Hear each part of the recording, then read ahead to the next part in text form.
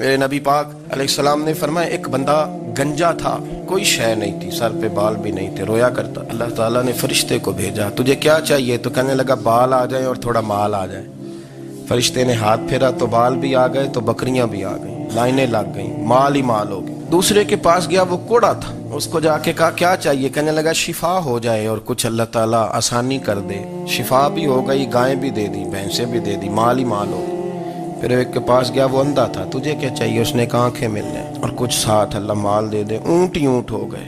جب بڑا نواز دیا تو پھر مالک نے امتحان لینے کا ارادہ کیا، یاری تیری سونا ہے پر آزمائشاں بھی تیریاں اگ، آزمائشاں تیریاں، صحیح کہہ رہا ہوں، آزمائشاں تیریاں، یاری تیری سونا ہے پر آزمائشاں تیریاں، یہ سونا پرکھیا جامدائی پہلو نال لگاں دے لگ۔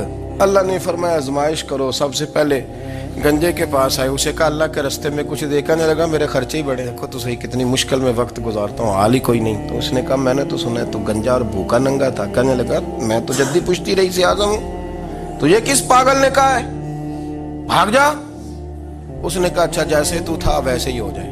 کھیت کھلیان اجڑ گئے، پھر سے گنجا ہو گیا۔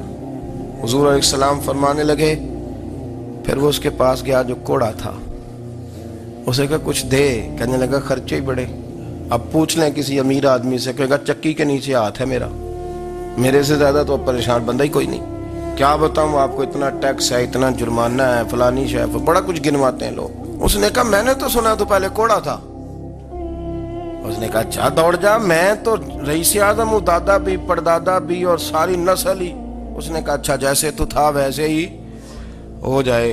پھر وہ گیا اندھے کے پاس اور جا کے کہا اللہ کے نام پہ کچھ دے۔ تو کہنے لگا رب کے نام پہ؟ یہ کھڑے ہیں اونٹ، جتنے تیرے دل کرے لے جا۔ اس نے کہا کیا معنی اس بات کا؟ کہنے لگا یار تجھے کیا بتاؤں، میں تو اندھا تھا، میں نے تو کبھی دنیا دیکھی نہیں تھی، پھر اس کریم نے فضل کیا تو مجھے بڑا کچھ دکھایا، میں کیا بتاؤں، میرا دل کر رہا ہے کہہ دوں کہ پھر اس نے کعبہ دکھایا، پھر اس نے روضہ رسول دکھایا،